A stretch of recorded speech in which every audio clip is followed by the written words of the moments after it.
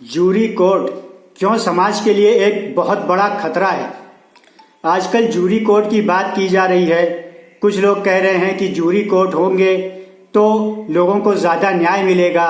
न्याय व्यवस्था में अपने ही लोग, अपने ही एरिया के लोग, जो अच्छे लोग हैं उनको जूरी मेंबर बना दिया जाएगा और वो लोगों का सही न्याय कर सकेंगे, क्योंकि वो लोकल रहते भी हैं और स्थितियों को ज़्यादा अच्छा समझते भी हैं। तो इस वजह से वो ज़्यादा अच्छा निर्णय देंगे, ऐसा कहा जा रहा है। लेकिन हम ये जानते हैं कि जब हमें वो एक्सपर्ट लोग जो कानून की पढ़ाई करके पूरी न्याय व्यवस्था को समझ करके पूरी तरह से छन के आते हैं, वो न्याय अगर नहीं दे पा रहे हैं, जब नहीं दे पा रहे हैं ऐसा मान रहे हैं, तभी तो हम जूरी कोर्ट की बात कर रहे हैं कि उससे न्याय हमें ज़्यादा अच्छा मिलेगा। तो हम ये समझें, जब हमें अपने देश की न्याय व्यवस्था पे भरोसा नहीं है और हम ये कह रहे हैं कि जूरी आएगी तो वो हमारा भला करेगी, जो कि एक्सपर्ट भी नहीं होगी, लेकिन वो इसलिए भला करेगी क्योंकि वो लोकल हैं और उसको जो है हर चीज़ को पासबुक में कर दिया कि पासबुक में हम एंट्री करते रहेंगे सबकी। वो आरटीआर में भी कर रहे हैं, वो जूरी में भी, कि किसने कैसा कैसा काम किया, बाबू की भी एंट्री करेंगे। तो सबकी एंट्री कर करके अच्छे लोग हो जाएंगे, ये मान के चल रहे हैं। तो जूरी भी उस तरह से अच्छी होगी, ये मान रहे हैं। तो ये बिल्कुल भी पॉसिबल नहीं है कि जनता एंट्री करेगी। देखिए इसमें समस्या क्या है। बहुत सारी चीजें कही जाती हैं कहने को पहले, जैसे नोटबंदी के टाइम पहले कहा गया कि नोटबंदी नहीं, वो नोट बदली थी। लेकिन नोट बदली या नोटबंदी, उसे जो भी कहें, वो नोट बदली जो थी उसके बारे में बड़ी बड़ी बातें की गई, काले धन के दलालों को, और आगे वैसा वाला नारा भी दिया गया। तो इस तरह की सारी बातें की गई और भगत बने रहे भगत, और अपना नुकसान भी करा लिया और उसी के लिए किसी दूसरे को गाली देते रहे कि दूसरा कोई है जो कि काले धन का दलाल है और उसके साथ ऐसा ऐसा होना चाहिए। जबकि वो जो समर्थन कर रहे हैं वो खुद ही काले धन के सबसे बड़े नुमाइंदे हैं। तो गाली वो किसको दे रहे हैं और वो काम कौन कर रहा है? तो फ्री फंड की गाली भी दी।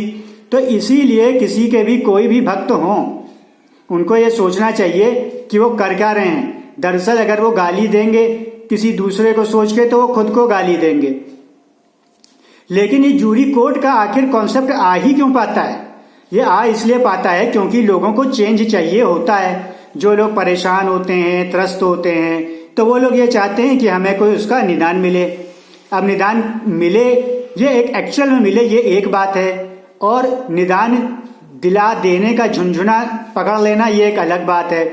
लेकिन क्योंकि ये लोगों की ज़रूरत है, तो ज़रूरत में ही इंसान फंसता है, अपनी मजबूरी में ही फंसता है। कई लोग बाबाओं के चक्कर में पड़ जाते हैं क्योंकि उनकी कुछ रिक्वायरमेंट्स होती हैं, वो जीवन से कुछ चाहते हैं, कुछ अरमान होते हैं जो कि पूरे नहीं हो रहे होते हैं, तो बाबा भी उन्हें ठग लेते हैं। कभी किसी के पास, कभी किसी के पास, कभी किसी के पास जाते हैं काम कराने, तो पैसे खा लेता है। जबकि पता होता है कि दुनिया में ऐसे गंदे काम होते हैं, उसके बावजूद भी जाकर लोग फंस जाते हैं। जरूरत एक ऐसी चीज है। तो यहां पे भी वही है कि जनता जो त्रस्त हो रही है, फील कर रही है, जो भी जितने भी लोग कर रहे हैं, कम से कम उतने लोग तो फंस जाएंगे। तो वो झंडे के नीचे आ जाएंगे, फिर गाड़ी और किसी तरह से लोगों को फंसा फंसा के आगे बढ़ाएंगे। तो ये बात हुई जूरी कोर्ट की। अब जूरी कोर्ट को हम पहले ये समझ लें कि आखिर ये पासबुक वाला सिस्टम हर एक में जो है क्यों आ रहा है और इससे नुकसान क्या होगा। हम ये जान रहे हैं कि जूरी कोर्ट एक बहुत नुकसानदेह सिस्टम है। कैसे नुकसानदेह? ऐसे है कि जब वो एंट्री पासबुक में हम किसी की भी करेंगे, हर बाबू की, नेता की, जब जिसको रिकॉल करना है, बाबू की एंट्री भी हम करेंगे, तो जूरी की एंट्री भी हम करेंगे। तो जब सबकी एंट्री हम करेंगे तो आप देखें उसमें होगा क्या। अभी भी अगर हम कहीं से छनकर आते हैं, नौकरी पाते हैं जज की, तो एक परीक्षा है, उसे पास करना पड़ता है। यहाँ पे जो जूरी है ये पासबुक सिस्टम में आ गई, यानी कि हमें कोई एग्जाम भी नहीं पास करना है। अब तो हमें बहुत ही गंदी राजनीति करनी है। हम जितनी गंदगी फैलाएंगे उतने ज्यादा लोग हमें वोट देंगे। लोग काबिलियत के आधार पर वोट नहीं देंगे, लोग काबिलियत के आधार पर पासबुक में एंट्री नहीं करेंगे हमारी। वो तब एंट्री करेंगे जब हम उनको भड़काएंगे, उनकी भावनाएं अंदर तक झकझोड़ेंगे। फिर और ज्यादा जातिवाद, धर्मवाद और पता नहीं कितने गंदे गंदे वाद आ जाएंगे। क्योंकि लोग जो वोट देते हैं वो देते ही इसी आधार पे हैं। तो जो वोट देंगे या पॉजिटिव एंट्री करेंगे आपकी पासबुक में या नेगेटिव एंट्री करेंगे या उधर जो रिकॉल जो नेता को करेंगे वो रिकॉल भी करेंगे, वो इसी गंदी राजनीति के आधार पे करेंगे, जाति धर्म के आधार पर। तो अभी तो जाति धर्म पहले ही लोग त्रस्त हैं नेतागिरी में, ये लेजिस्लेचर में है, फिर ये बाबूगिरी में भी आ जाएगा, एग्जीक्यूटिव में, फिर ये हर जगह जूरी में भी आ गया, तो फिर जुडिशरी भी कहां बची। तो सबके सब लोग इस गंदगी में डूब जाएंगे। हमें कोई काबिलियत, कोई एक्सपर्टीज नहीं मिलने वाली, कोई परीक्षा से मतलब नहीं है। अगर परीक्षा भी आप ऐड कर दें तो भी जहां गंदगी है आप उसको ही वेटेज दे रहे हैं ना, कि जनता वोट दे। देखिए, लोकतंत्र का मतलब ये नहीं होता है कि एक दूसरे के खिलाफ वोट करो।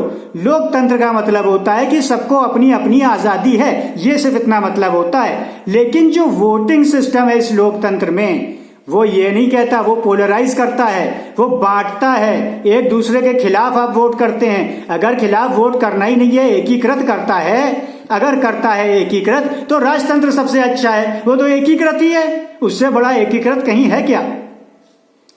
तो कहने का मतलब ये है कि जो राइट टू रिकॉल और जूरी कोड की जितनी भी बातें हैं, ये टोटल एकदम फर्जी हैं और ये एक झुंझुना फिर से थमा देना है। एक नेक्स्ट येट अनदर केजरीवाल है ये, येट अनदर केजरीवाल। अलग अलग एंगलों से ये आ रहे हैं।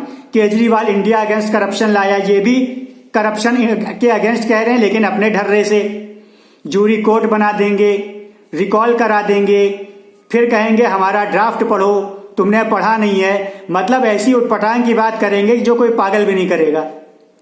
मतलब अगर कोई किसी चीज का विश्लेषण कर रहा है बिना पढ़े, उसने कर दिया, बिना पढ़े उसे पता भी चल गया ये चीज क्या है, फिर तो वो शब्द भी ना बोलता राइट टू रिकॉल या जूरी कोड, और कहेंगे पढ़ो।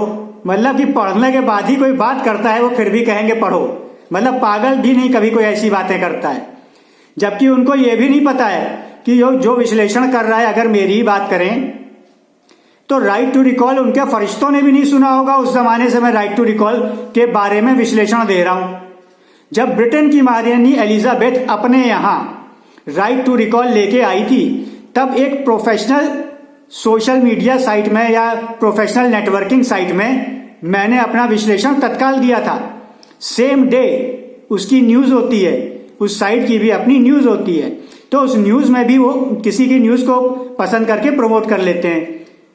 अब हो सकता है अपने भी पत्रकार रख दिए हों, जर्नलिस्ट रख दिए हों जो जर्नल लिखते हों, लेकिन तब किसी की न्यूज लगी है उनके प्लेटफॉर्म पे तो उसको प्रमोट करते थे, अपना भी बैनर डालते थे कि भाई इन्होंने इसको चूज किया है। तो यह स्थिति हुआ करती थी। तब भी मैंने विश्लेषण दिया हुआ था कि राइट टू रिकॉल महारानी ने अपने यहां इसलिए किया क्योंकि उनको यह कहना है कि भाई हमने तुमको लोकतंत्र दे दिया।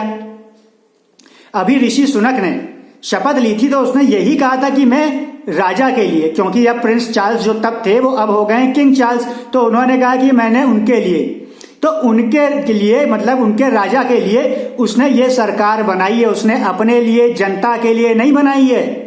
आप सुनिए, फिर से वीडियो देखिए, लाइव दिखेगा। मैं उनके लिए सरकार बना रहा हूं, उनके लिए गवर्नमेंट फॉर्म कर रहा हूं, उनके लिए किया है, ना कि जनता के लिए, अपने लिए, किसी के लिए।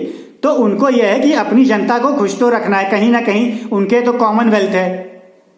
लेकिन जो उनका जो जहां पे वो खुद रहते हैं वहां पे तो अपनी जनता को पकड़ के रखें। वहां तो उनका सैनिक भी उनके नाम की शपथ लेता है, पासपोर्ट भी वो जारी करते हैं, ब्रिटिश पासपोर्ट तो उनके नाम से जारी होते हैं। तो उनको अपने यहां एक मिनिमम पकड़ रखनी है, तो वहां पे वो थोड़ा करके देते भी हैं, लेकिन सारी पकड़ वो नहीं लेते हैं। उनका एक मैकेनिज्म है कि हम पीछे हो जाएं, रोज की गालियां हमें ना सुननी पड़ें, जैसे नेताओं को रोज लोग गालियां देते हैं, झगड़े ना हमें सहने पड़ें, हम पीछे हो जाएं, ये लोग काम करें जनप्रतिनिधि।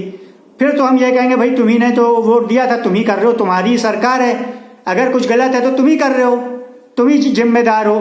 तो इसलिए लोकतंत्र वो लाए अपने यहां, अब हमारे यहां भी लाए। इसीलिए अब हम कहां इनको कुछ कह सकते हैं कि आपने ट्रांसफर ऑफ पावर एग्रीमेंट कैसा किया, कहां किया, क्यों किया।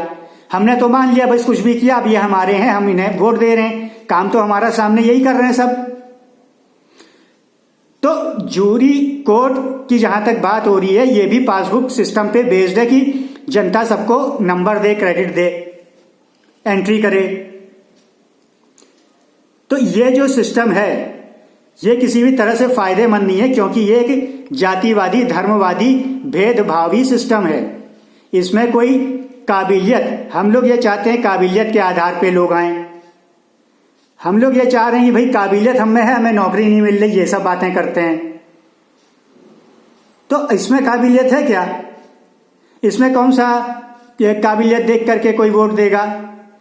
फिर आप यही कहोगे जनता की गलती है। वही बात आ गई ना। तो फिर होने दो जनता की गलती, नेता तो है ही है, उतना ही काफी है। वही कर देगा कोई सिस्टम,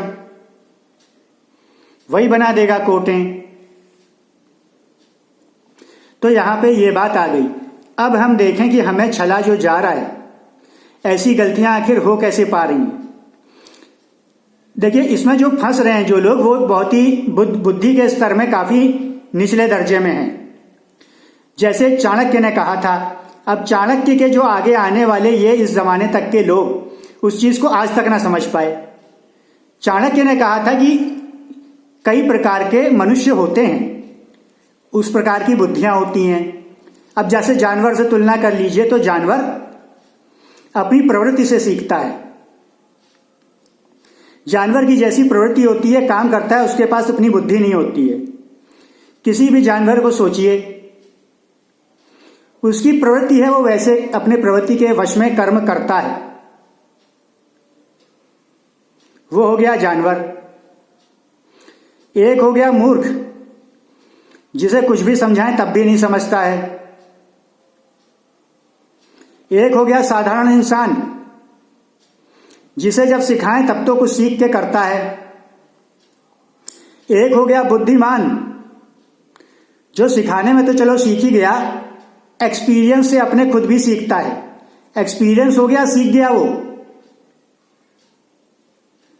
ये है बुद्धिमान।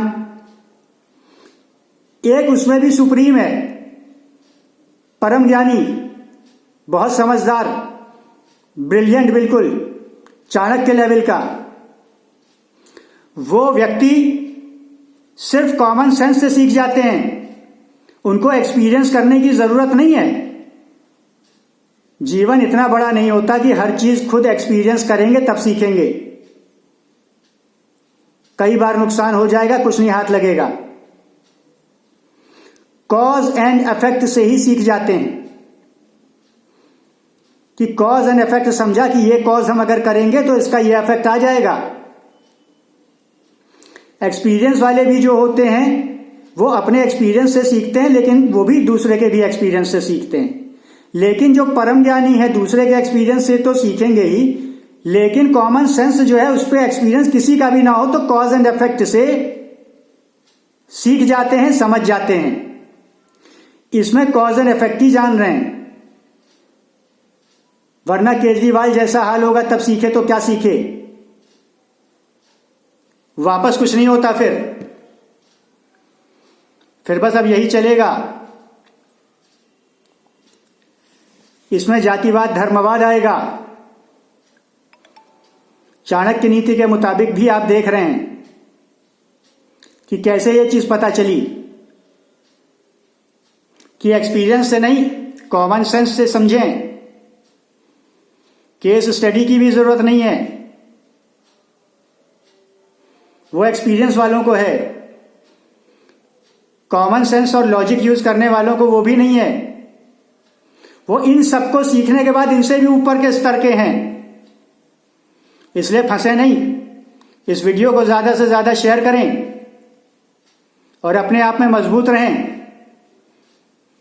गलत चीजों का साथ ना दें। पछताने का मौका कभी किसी को नहीं मिला है किसी ऐसी चीज में।